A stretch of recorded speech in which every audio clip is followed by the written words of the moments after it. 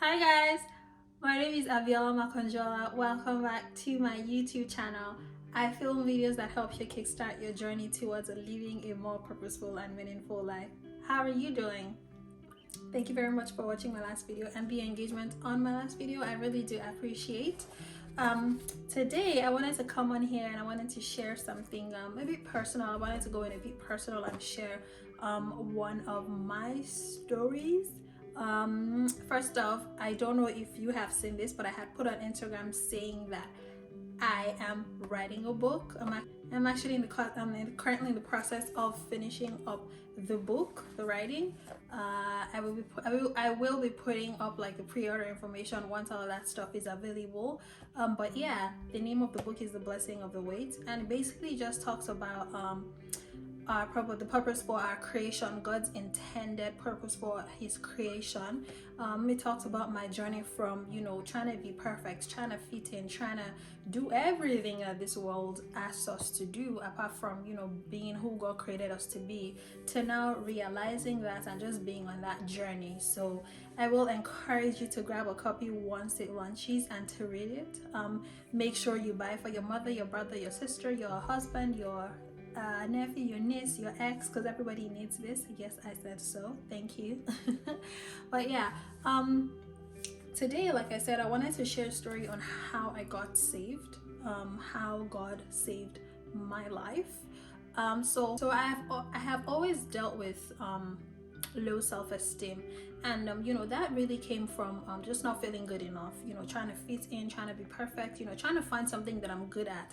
And the one thing that I was raised to do, which is go to school and be academically sound, I struggled with. So in my mind, I just felt like, man, I'm not good academically, then what am I going to do? Then my life is going to be over. There's really nothing that I'm good at. What am I going to do? And then one of my sisters, actually my immediate younger sister, she's smart. Like, she is super smart. Like, this girl can study with the noise. She can study in the club. She doesn't even have to like spend so much time studying, and she grabs it and she passes exams. However, me, I have to like dedicate time. I have to find a quiet spot and I have to like immerse myself in the studying. I have to like do all of these things in order for me to pass. So obviously, seeing that and then seeing me, there was always that fear that, oh my god, me, I'm not going to be anybody, I'm not going to be able to make it, I don't have a bright future. I'm like, because school was just a struggle for me. Like, it was honestly a struggle. So however, as I got older, I became more, I guess I would say, I immersed myself more in my studies. And even at that, it just wasn't what I just didn't like. I knew within my heart that was not where I wanted to go to. However, I just felt the need, like, I just knew that I thought that I had to do it. I settled for it. I thought that I had to do it. I was like, this has to work, because what else is going to work? I had to be good at it. I had to make it work. That's the word I'm looking for. I had to make it work, because that was the only thing that I would be able to do. I would not be able to do anything else. But anyway, suffering from low esteem just because I just didn't feel like I was good enough academically. I was like, okay, what else can I put myself into, like, just to make sure that I am approved, just to make sure that I fit in, just to make sure that I'm perfect, just to make sure that people see me or people rate me, if that makes sense. Yeah.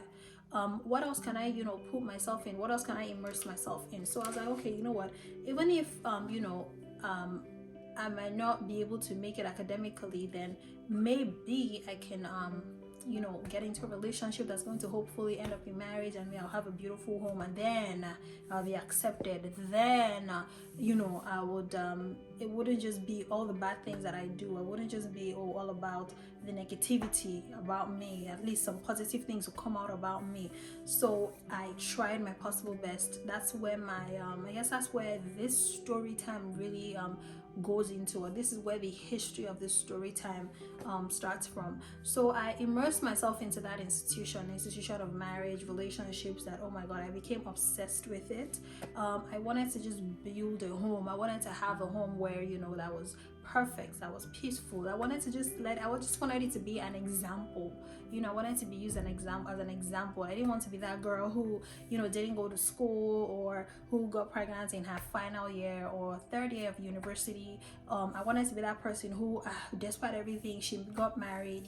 She has a beautiful home. I wanted like that to be said about me.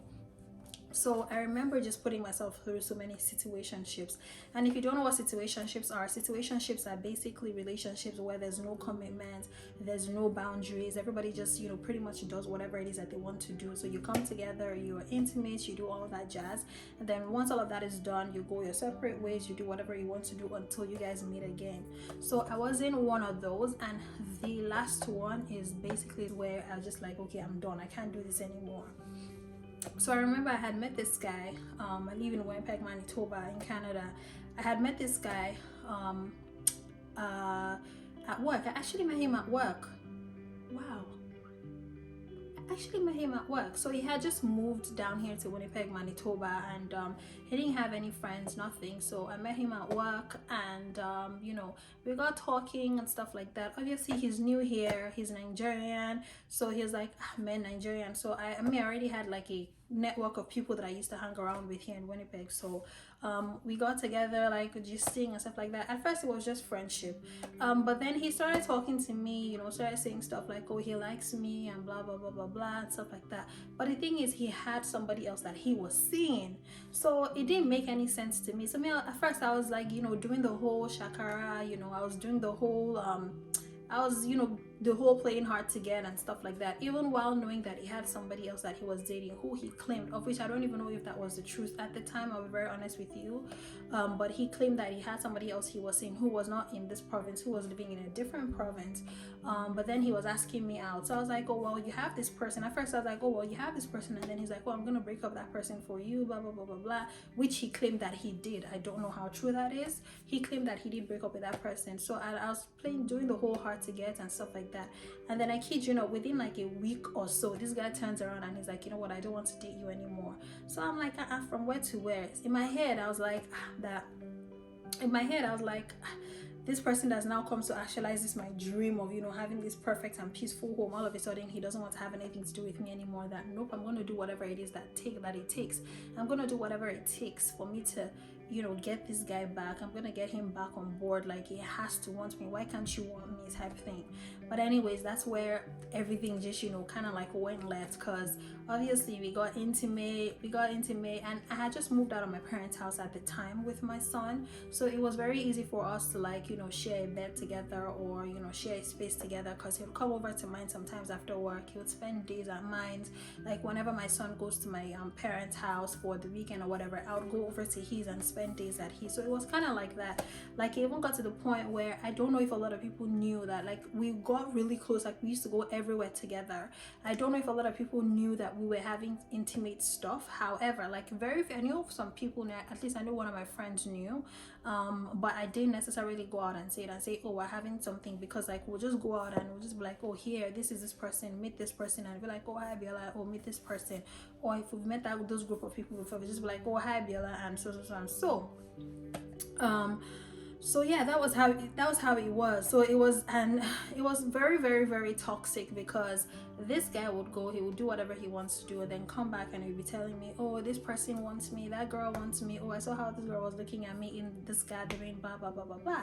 And me just being there, knowing in my head, knowing that this is not what I wanted for myself. Like, I knew for a fact that this is not the kind of relationship I wanted to be in. I would just be there and I'll just be quiet, because in my head I just thought, like, man, if I let this guy go, like, who will come back to me, who will come for me? If I let this guy go, what other relationship would I find myself in? Like, it was just messed up. Like, I was messed up because I put myself in the situation, so obviously I was that messed up. My thinking was just very flawed. But anyways, this carried on for a while, and I would say, like, it probably carried on for about like 7 or 8 months. we would fight, like we would not speak for like a week or so. But obviously I couldn't call him and be like, oh yo, why are you doing this and blah blah blah blah blah. There were some things that I couldn't do because why? I put myself in this situation. We're not official, you know. I knew the terms and conditions of the relationship before I even entered the relationship, or before I even agreed to such an arrangement. So it just, there was really nothing that I could do. So sometimes I'll just be in my house, I'll just be crying for no reason. Like, why am I crying? I'll just be crying, you know. I'll just be there, you know, thinking, oh, who's he with, what is he doing, all this kind of stupid stuff. It was stupid. But anyways, at this time, 7 6 6 7 months in, so this is from 2015 into 2016, towards the end of 20, no, let me not say towards the end of summer 2016, so we're going into August-ish. I'm starting to get tired. Like, I'm getting tired. I'm like, oh my goodness, I can't take this anymore. Not even tired like of him, I'm just tired of our situation, because it was a cycle. And for me, I was so unsettled. I wasn't at peace. I don't know if you have that feeling where it's like you're anxious, like anxiety all the time. You go out, like you're not yourself. Like, you feel like people are watching over you. People are like, you keep looking over your back to see who's watching you. Like, you're not settled. Like, there was just a lot of things going on inside of me, and I just knew at that point in time that I had to change something. I was just tired. I was just very tired, because obviously now I had tried the school route. The school route wasn't working. In fact, with school, I'd even settled. I said, you know what, I will just do something. Like, I'm not going to stress myself or try to be a high achiever with school, because clearly I'm not that smart. So hey, I'm not going to have as much money. I'm not going to be able to live a great life. So I was already angry in that department. Then now we're moving on to the marriage relationship department, and I'm just like, man, the one thing that I felt like I would at least thought I would be good at, this guy is just, you know, cramping my style and it's just not making it work. So all of those things, everything was just like, I was just angry, because I'm like, why can't I just get it right? Why? What is wrong with me? So this also coincided with a time where me and this guy had gotten into a situation. We had a fight. We had not spoken for like a week or even more. I can't even remember right now, but I know we had not spoken for a little while. So I think he called me, or maybe I called him, I don't even know, but we got on speaking on the phone. After about a week or so of not speaking, we got on speaking on the phone, and you know, we start the normal back and forth. Oh, this is what you did, this is what you did not do, blah blah blah blah blah. So we're even talking, like, we're actually getting to a resolution here where we're like, okay, you know what, let's just move past it, and you know, let's just keep it moving, or whatever the case is. Then in that conversation, we had another fight. I don't even know what the fight was about. I don't even know what happened. I don't, like, it was just useless. We had another fight in that conversation. So we're trying to fix a situation, and then we get into another fight. And at that point in time, I'm just like, nope, I'm done. I can't do it. Nope, this is not working for me. I can't do it. At that point in time, it was a back and forth. He said, she said, you said, no, I did not say, blah blah blah blah blah. And I just cut off the phone and I just dropped. Like, I dropped and I just started crying. I was crying because I was just tired. Like, I was crying from my belly. Like, I was tired, like exhausted. I didn't have any more to give. I couldn't, like, it was all a charade, and I was just sick of the whole charade. I was sick of the whole drama. It was just too much toxicity, and I just couldn't do it anymore. I remember I just dropped to the floor. I managed to get myself to my room, or like, I was staggering, and I got to my room and I just dropped to the floor, and I just held my stomach. I clutched my stomach and I just cried. I cried from all the pain, from all the drama that I have put myself through. I was just tired. Next thing I know, my head was on the floor, and then my son, who is currently 11, my first son, who's currently 11, he was 6 at the time. This was, because this is 2016, this is 2020. Yeah, he was 6 at the time, 5 years ago. So he was, no, 4 years ago, 7. Yeah, he was 6 or 7 at the time. And then he was the only person at home, because it was just the both of us. Remember, I had said I moved out of my parents' house. So as I was on the floor, he came from his room into my room. He saw me on the floor, managed to pick me up, put me on the bed, and then he propped my head on a pillow. And even when I talk about that, every time I talk about it, I always picture his face, because he was helpless, and he was just like, who's gonna help my mom? Like, who's gonna help us? Like, what are we gonna do? You know, like, how am I gonna help my mom? Like, this is a 7-year-old. He has no business thinking about how he should help me at my age. Like, why is he like, why I put myself in this situation? Why is he the one rescuing me? Why is he the one taking care of me when it should be the other way around? He's a child. He has no business thinking about adult stuff. He's supposed to be a child. He's supposed to just be there, like enjoy that season of his life before he goes into another season of his life. At that point in time, guys, like, I was just done with myself, like seeing his face and just, everything coming back to me and everything that I had put myself through. I just told God, I said, God, please, I need you. I didn't have, like, there was no other way to go. Like, I didn't have energy to start going into a different situation or into a different thing, because the school thing wasn't working out as I thought. Obviously marriage relationship wasn't working out as I thought. My job, I didn't have a best job. I was working a part-time job, which was supposed to be a full-time job, but I wasn't even getting full-time hours. I could barely even get part-time hours. Like, I would pick up shit here and there, but I could barely even make rent. I could barely even feed myself and my son.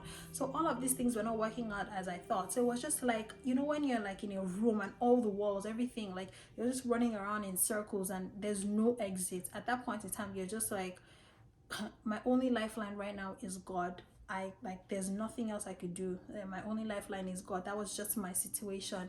And in that moment, I just cried out to God and I just told God and I just said, God, please take me, use me, help me. I can't, I don't have anywhere else to go. I don't have anywhere else to turn to. Help me, help me, help me, help me. And that was just my cry out to God at that moment. Like, from that point on, all this happened like in August. I didn't renew my lease at that place. I moved back into my parents' house. So September, that was the end of my lease. I moved back into my parents' house. I stopped talking to this guy. We probably spoke maybe for like 2 months ish. Again, we didn't speak as much. I moved back into my parents' house, so obviously I stopped seeing him as much. We didn't speak as much on the phone. However, because I had gone into, like, for me, I had, like, mentally, I had moved into a different space mentally. But I still, I still didn't want to just cut off. It's crazy, I know, but I just didn't want to cut off just like that. I was still holding on to something. And this is where I learned that in order for you to be able to move on to something else, in order for you to be able to receive something new that God has for you, you have to be able to leave the things in past for you to be able to move on. For some reason, I was still holding on to something. I don't know what it was. I just felt like I didn't want to cut him off. But then, like, I could just see right through the whole BS and it was just irky. Like, I could not take it anymore, but I was still holding on. Then it got to a point where one morning he had asked me to come pick him up. He traveled to Toronto and then asked me to come pick him up from the airport, which I did. And he starts talking about something about a girlfriend of his, and then he twists it and says, oh, I'm the one that's talking about the girl. And it was just crazy. I'm just like, you know what? Then he realizes, while I picked him up from the airport, while we were driving, realizes he doesn't have his home keys with him, and then he had to go to his sister's house. I was like, you know what, call your sister and let her know that you're coming right now, because I can't sit in his car with you anymore. Actually, no, I didn't even see anything. He told me to take him to his sister's house because he didn't have his home keys. I was like, okay. I took a detour, drove him to his sister's house, and then I literally just dropped him. Like, he came out of the car, opened the door, dropped him off. He got down, closed the door, and zoomed off. I didn't even know that he was trying to get his stuff from the back seat. So he had gone to the back seat, opened the back seat door, but I didn't even know he was trying to get his stuff from the back seat. Like, from the back seat. Me, I just drove because I was mad, and I told myself, I'm like, never again. You're not going to hear my voice. You're not going to see a message. You're not going to see a call from me. Then I realized that he was actually trying to get his stuff from the back seat. So I had to reverse. I just told him sorry. He picked his stuff, and that was it. I got home. I told my mom, I'm like, because my mom knew about this person. I was like, you know what? I'm not having a conversation with this person anymore. I'm done with this person. I cannot take this person. I cannot handle this person in my life. I got home. I blocked his number on WhatsApp. I blocked his number on my phone. He couldn't call me. He couldn't message me. He couldn't get through to me. And funny enough, everybody that we used to hang around at that point in time, unconsciously or subconsciously, they all just fell off. I stopped talking to people. I just, it was just my me time. It was just time for me to realize who I am. I just knew that I had to peel back the layers. It was like an onion. Just peel back the layers and just realize, like, just focus on who I am. Like, who am I? Who did God create me to be? Because obviously all of these things that I have thought like would make me to be somebody, they're not working. So it's time to go within, and it's now time to like go in and, you know, understand who I am. And guys, that was just how, you know, God saved my life. And that was you know, my journey of my self actualization journey started. It was in that moment too, well, not like it was in that, it was during that time that I also got the calling on my life. And that was just beautiful, because I remember the day that happened and I was just like, what? Like me? Like me? Like me? So I didn't need the school, I didn't need the job, I didn't need the man, I didn't need the relationship. Like, just me, I'm good enough. Like, it was just beautiful. It was so beautiful. And obviously I don't know who needs to hear this story. I don't know who's currently watching this story at this point in time. 2020 has been such a hard year in every aspect, and I understand that. And there might just be somebody who you know, you're holding on to something that you should not be holding on to. It's a perfect time for you to, you know, renew yourself, renew your relationship with God, and just make that decision. His grace is sufficient for us. I read this like, it's funny, my Bible passage from this morning had was based off of grace. I don't remember the exact, I will put it up, but I don't remember the exact passage from the Bible, but I will put it up. It was based off of grace, and I was just like, man, his grace is enough. Like, nobody should boast about it. It's not because we're doing something good or anything like that. It's just because of the grace of God, and that grace is what carries us. That grace, as long as we believe in him and we come to him and we ask of him to help us, that grace is enough. So I don't know who needs to hear this. I don't know who's currently listening to this. I don't know who just needs to renew themselves from inside out. I just want you to know that you're good enough. I just want you to know that all you have to do is just come to God as you are. Like, literally just come to God as you are. If I tell you how I was when I came to God, I was broke. I didn't have no money. I didn't have no boyfriend, no job, nothing like that. I wasn't married, a single mother, like so many things, man, so many things. As imperfect as I was, as beat down, as toxic as I was, all I just had to do was just come to God and just be like, God, please take me. And he took me in and he received me with open arms, and he just told me, if I save you, you're going to save other people. And that was my confirmation that, yes, God, I am ready to do whatever it is that you want me to do, because you're my only lifeline. There's no other place I can go to. There's no other, like, there's nothing else for me. So yeah, that's how I came to God, and that's how God saved me. And I talk about this in my book. This is something that I mentioned in the book. So if you want to know more about it, I will encourage you to purchase the book. Again, like I said, once the link or once the pre-orders are ready to go, I will definitely be sharing that with you on here. Thank you very much for watching this. If you have any questions, please feel free to leave in the comment section below. I will also leave my social media handles and all that good stuff down below as well. Thank you very much for watching. Don't forget to subscribe, and I will see you in my next video. Peace. Ciao.